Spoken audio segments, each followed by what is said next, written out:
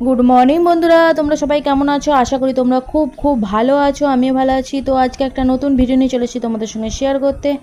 আর এখন বাজছে সকাল 7টা। তো ঘুম থেকে উঠেই দেখো সকালের যে কাজগুলো সেই কাজগুলো সারতে শুরু করে দিয়েছি।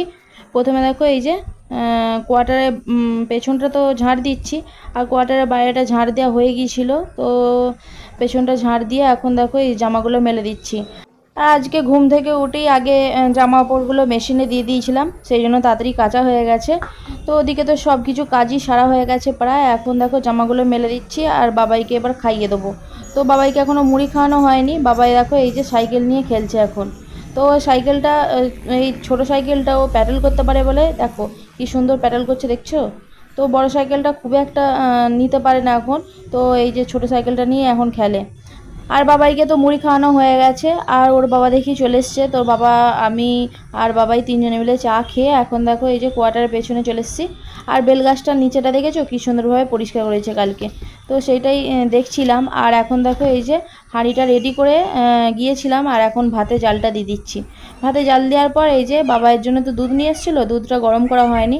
তো দুধটা এখন গরম করে নেবো আর বাবাইকে একটু পরে খাইয়ে দেবো। আর মুড়িটাও আমাদের খাওয়া হয়নি। তো মুড়ি খেয়ে দিয়ে এখন দেখো চলে এসেছি রান্না চাপাতে। তো দেখতে পাচ্ছ আকাশের কি বেহাল অবস্থা, দেখো আজকেও মনে হয় বৃষ্টি হবে। তো এখন দেখো এই যে মাছগুলো ভাজতে শুরু করেছি, আর ভাতটা তো হয়ে গেছে। ভাতটা ঠেক দিয়ে এখন দেখো মাছগুলো ভাজছি। ভাতটা যখন হচ্ছিল তখন রোদ ছিল, আর এখন দেখো চারিদিকটা মেঘলা করে গেছে। আর আমি ভয়ে ভয়েই রান্নাটা চাপিয়েছিলাম, মানে মাছগুলো ভাজছিলাম।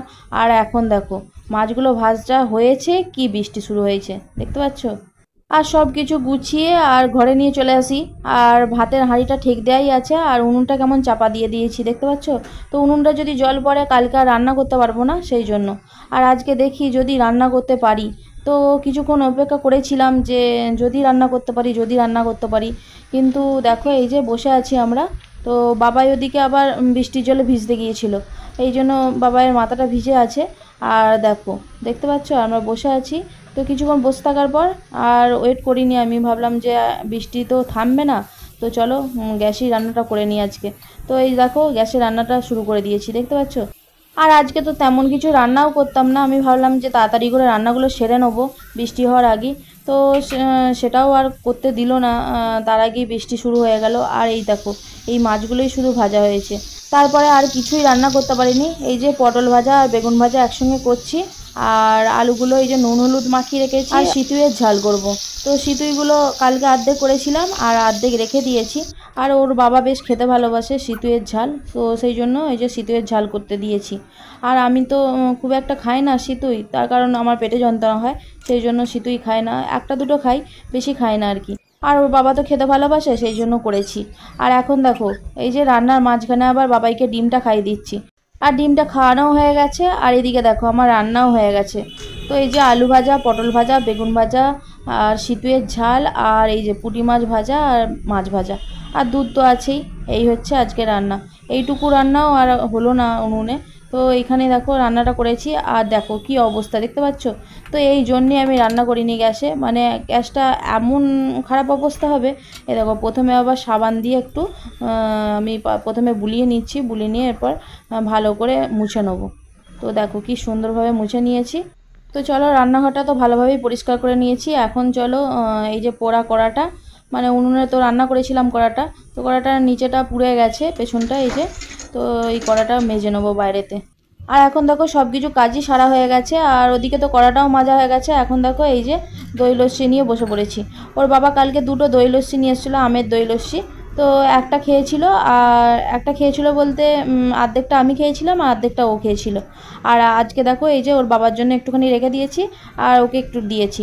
আর চিকচিকের মধ্যে একটুখানি পড়ে আছে, সেটা আমি খাচ্ছি। বাবাই তো ওদিকে দই লস্যি খাচ্ছে। আর এখন দেখো এই যে চলে এসেছি দেখো বাইরেটা দেখাতে তোমাদিকে।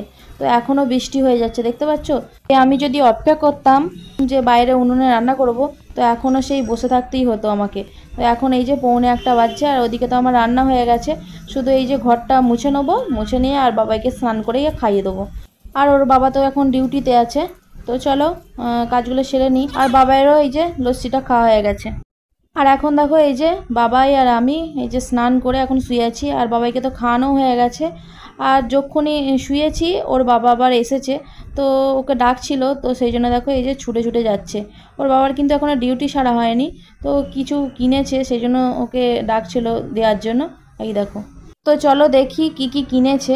এই দেখো, এই আম কিনে নিয়ে এসছে। তো এইখানে সব কিছু জিনিস, এই যে পাঁপড়, চাউমিন, বাসমতি রাইস, হলুদ গুঁড়োটা শেষ হয়েছিল নিয়ে আসেনে, আর জিরে গুঁড়ো, নকুলদানা এইসব নিয়ে এসছে। তো বাবাই কালকে বলছিল যে আম খাবো, সেই জন্য ওর বাবা আবার আম নিয়ে এসছে। ও ভাবেছে যে এখনও বাবাইকে খাওয়ানো হয়নি, তো সেই জন্য আমটা নিয়ে এসছে আর কি। আর বাবাইকে এবার ভাবছি আমটা খাইয়ে দেবো, তো অনেকক্ষণই ভাতটা খেয়েছে, তো চলো আমটা খাইয়ে দেবো ওকে। আর বাবাই দেখো কী সুন্দর চাউমিনটা নিয়ে বসে আছে।